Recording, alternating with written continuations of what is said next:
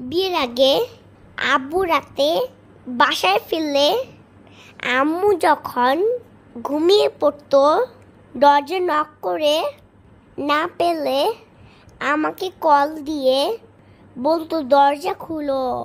বিয়ের 6 মাস কাল রাতে আব্বু কল দিয়ে কান্না করে দিয়েছে, বলে তোমার আম্মু ঘুমাচ্ছে, দরজা খুলছে না, তাই কল দিলাম, ভুলেই গিয়েছিলাম তুমি আর এই বাসায় নেই।